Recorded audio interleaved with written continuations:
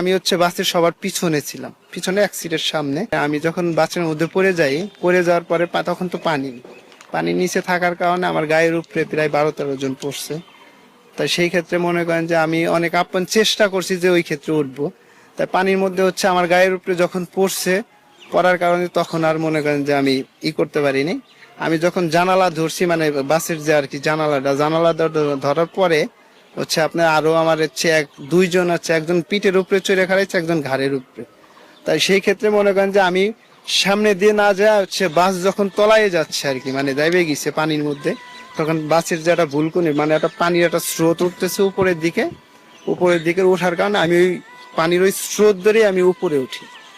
উপরে ওঠার পরে আমি উপরে উঠতেছি, আমি জানি যে এখন আমি বাসের ভিতর থেকে বের হইনি। তারপর আমি ওই স্রোতের কারণে আস্তে আস্তে উপরে উঠতে উঠতে ইনশাল্লাহ আমি উপরে উঠে যাই আর কি, বাসের সাথে বাজি না। কোন জায়গায় দিয়ে বেরোইছি বা কিভাবে বেরোইছি উপর আল্লাহ জানে।